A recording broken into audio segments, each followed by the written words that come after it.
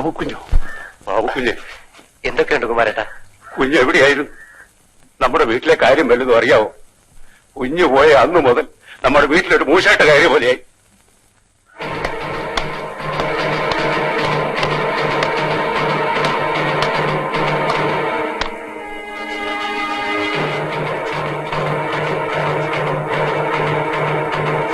വീട് നാനാവിധമായി കഴിഞ്ഞു. ഇനി എങ്ങനെയെങ്കിലും കുഞ്ഞ് ഇതൊന്ന് ശരിയാക്കണം. ആ കുഞ്ഞുങ്ങളുടെ കാര്യം ഇതിലൊക്കെ കഷ്ടം. മൂത്ത് നിങ്ങൾ രണ്ടും ബോർഡിങ്ങിലാണ് കുഞ്ഞ്. ഇനിയൊന്നും കുമാരേട്ടൻ പറയണ്ട, ഞാൻ എല്ലാം ശരിയാക്കാം. സജിയും നീനയും കാണാൻ അവരുടെ അച്ഛൻ വരാറുണ്ടോ? ഇവിടെ കൊണ്ടുവന്ന് ചേർത്തിട്ട് ഇതുവരെ വന്നിട്ടില്ല. കുട്ടികൾ രണ്ടും വളരെ ഗ്ലൂമിയാണ്. പേരൻസ് ഇടയ്ക്കിടെ അവരെ വന്ന് കാണുന്നത് നന്നായിരിക്കും. അങ്ങനെ ചെയ്യാം സിസ്റ്റർ. അവര് വരുന്നുണ്ട്. മക്കളെ,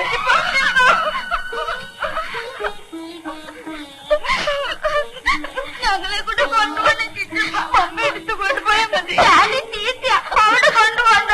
അങ്ങനെ പറയരുത്. ഡാഡി നല്ല ഡാഡിയാണ്.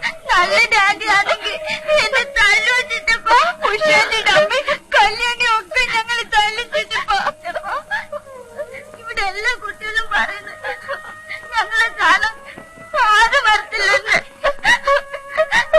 ഞങ്ങൾ അനാഥ കുട്ടികളാണെന്നിട്ടപ്പോ നിങ്ങൾ അനാഥരല്ല, നിങ്ങൾക്ക് ഈ ചിറ്റപ്പനുണ്ട്. ഞങ്ങള് ചിറ്റപ്പന്റെ കൂടെ വരും. മക്കളെ, അടുത്ത ആഴ്ച വന്ന് ചിറ്റപ്പൻ കൂട്ടിക്കൊണ്ടു. വേണ്ട വേണ്ട, എനിക്കൊന്നും കേൾക്കണ്ട. ഞാൻ ചെയ്ത തെറ്റിന് മാപ്പി വയ്ക്കാൻ വേണ്ടി മാത്രമാണ് ഞാൻ വന്നത്. കഴിഞ്ഞതൊന്നും എന്നെ ഓർമ്മിപ്പിക്കാതെ ദയവ് ചെയ്ത് ഇവിടെ ഒന്ന് പോകൂ. ഞാൻ പറയുന്നത്, എന്റെ കുടുംബജീവിതം നീ തകർത്തു. ഇനി ഞാൻ മരിക്കുന്നത് നിനക്ക് കാണണോ? ചേട്ടത്തി,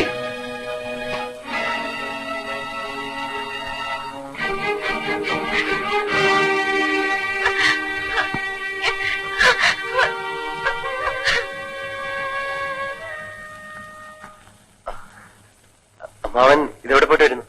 നരകത്തില്. വേണ്ട, നീ ഒരു മനുഷ്യനാണെന്ന് ഞാൻ വിചാരിച്ചിരുന്നു.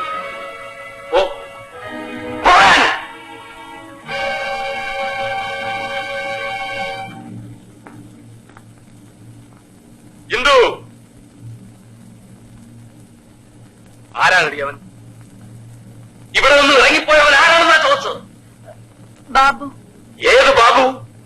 എന്റെ ഭർത്താവിന്റെ അനുജൻ. ഭർത്താവിന്റെ അനിയനോ അതോ നിന്റെ രഹസ്യക്കാരനോ? നാണം കെട്ടവളെ, നീ ഇത്തരക്കാരിയാണോടി? പാലം പറഞ്ഞത് ഞാൻ വിശ്വസിച്ചില്ല. ഇപ്പൊ ഞാൻ എന്റെ കണ്ണുകൊണ്ട് കണ്ടു. അച്ഛൻ, ഞാൻ പറയുന്നു. വേണ്ട, നീ എന്നെ അച്ഛന്ന് വിളിക്കണ്ട. ഒരു പിഴയട്ടവളുടെ അച്ഛനല്ല ഞാൻ. ചിറ്റപ്പൻ കൊണ്ടെത്താനതാ. അവന്റെ ഒരു ചിറ്റപ്പൻ. എടീ, ഒരു കാര്യം പറഞ്ഞേക്കാം. കല്യാണം കഴിഞ്ഞാൽ ഭാര്യ താമസിക്കുന്നത് ഭർത്താവിന്റെ വീട്ടില. നാളെ തന്നെ നീ അവിടെ പോണം. അവന്റെ കാല് പിടിച്ച് മാപ്പ് പറയണം.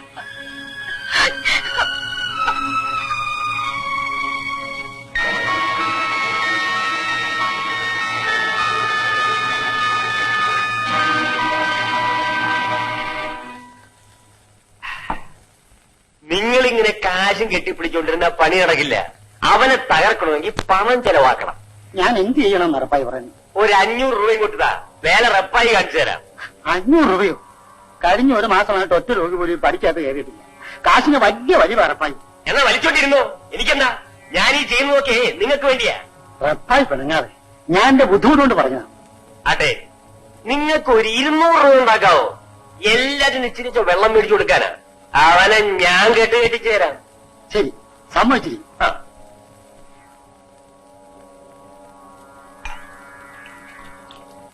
നിങ്ങൾ എന്തിനു മനുഷ്യ ബാംഗ്ലൂരിൽ നിന്ന് ഓടി പഠിച്ച് ഇപ്പൊ ഇങ്ങോട്ട് പോകുന്നത്? നീ 5000 രൂപയല്ലേ എന്റെ ഈ തന്നത്?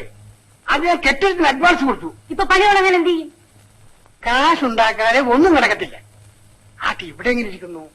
അവൻ അവക്ക് കുറച്ച് സ്വർണം മേടിച്ചു കൊടുത്തിട്ടുണ്ട്. എന്നാ നമുക്കിത് വിൽക്കാം. നിങ്ങൾക്ക് അതല്ലേ അറിയാവൂ. പിന്നെ കാശ് എന്ത് ചെയ്യും? കാശുണ്ടാക്കാൻ ഒരു വഴി ഞാൻ കണ്ടുപിടിച്ചു വെച്ചിട്ടുണ്ട്. എന്താണ് എന്താണ്? എടി, അവൻ DSP ആണ്. DSP അല്ല ASP ആയാലും ഇതിന്റെ മുന്നിൽ അവൻ ഡിഫീറ്റാ.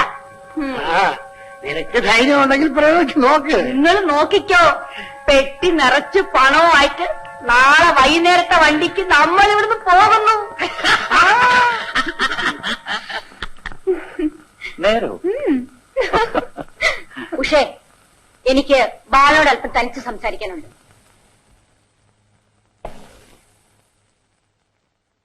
ബാല, എന്താ അമ്മായി? ഉഷയും നീയും ഇനിയും ഇങ്ങനെ ചിരിച്ചും കളിച്ചും നടക്കാൻ പറ്റില്ല. എന്തുണ്ടായി? എന്തുണ്ടായെന്നോ? ഉഷ ഗർഭിണിയാണ്. ഞാൻ മൂലമോ? പിന്നെ അല്ലാതെ ഇവിടെ ആരാ ഉള്ളത്? ഓ, അത് ശരിയാ. എന്റെ മോൾ എട്ടും പൊട്ടും തിരിയാത്ത കുട്ടിയായിരുന്നു. ഞാൻ അവളെ നശിപ്പിച്ചത്. നീ തന്നെ ഉടനെ പരിഹാരം ഉണ്ടാക്കണം. ഞാൻ എന്ത് ചെയ്യണമെന്നാണ് അമ്മായി പറയുന്നത്? നീ അവളെ വിവാഹം ചെയ്യണം. വിവാഹമോ? പിന്നെ എനിക്ക് ഭാര്യയും 3 കുട്ടികളുമുണ്ട്. വേറെ മാർഗമൊന്നുമില്ലേ? വേറെന്ത് മാർഗം? വല്ല മരുന്നും കൊടുത്ത് എന്റെ മോളുടെ ആരോഗ്യം നശിപ്പിക്കാൻ ഞാൻ സമ്മതിക്കില്ല. ചിരിക്കണ്ട, എന്റെ മനസ്സിൽ തീ ആളി കത്തുകയാ. ഉഷേ, ഉഷേ,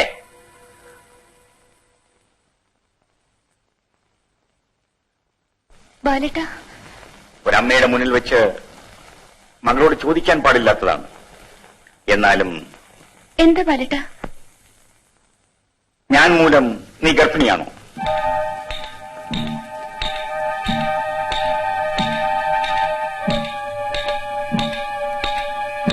പറയൂ. അതെ. അതെ.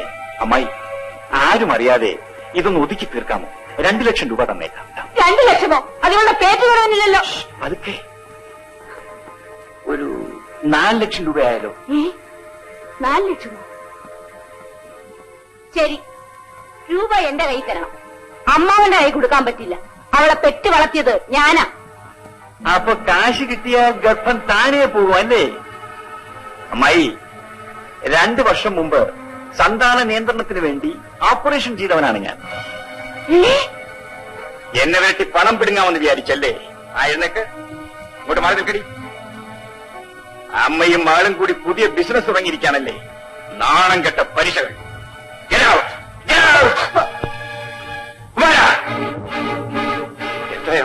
എല്ലാത്തിനും ഈ നിമിഷം ഇവിടെ അടിച്ചിറക്കണം. ഏറ്റമല്ലേ അടിച്ചിറക്കി ഇരുവച്ചാണോ തലച്ചേക്കാം.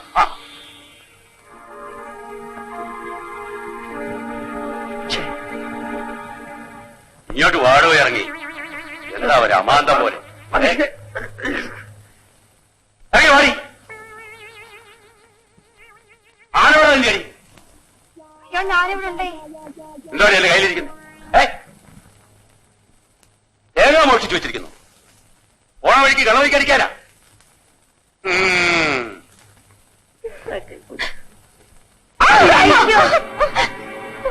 നിങ്ങളെ വളരെ ആഘോഷമായിട്ട് ഇവിടുന്ന് പറഞ്ഞു വിടേണ്ടതാണ്. പക്ഷേ ഏമാനെ ഓർത്തിട്ട് ഞാനത് ചെയ്യുന്നില്ല. നിനക്കോടാ അറിയാവോടാ? അറിയാതെ. നിനക്കോടി? ഓ, നീ കുറെ ഓടിയവളാണല്ലോ. ഇവിടുന്ന് ഓടിയാൽ ബസ് സ്റ്റാൻഡിൽ ചെന്നേ തിരിഞ്ഞു നോക്കാവൂ.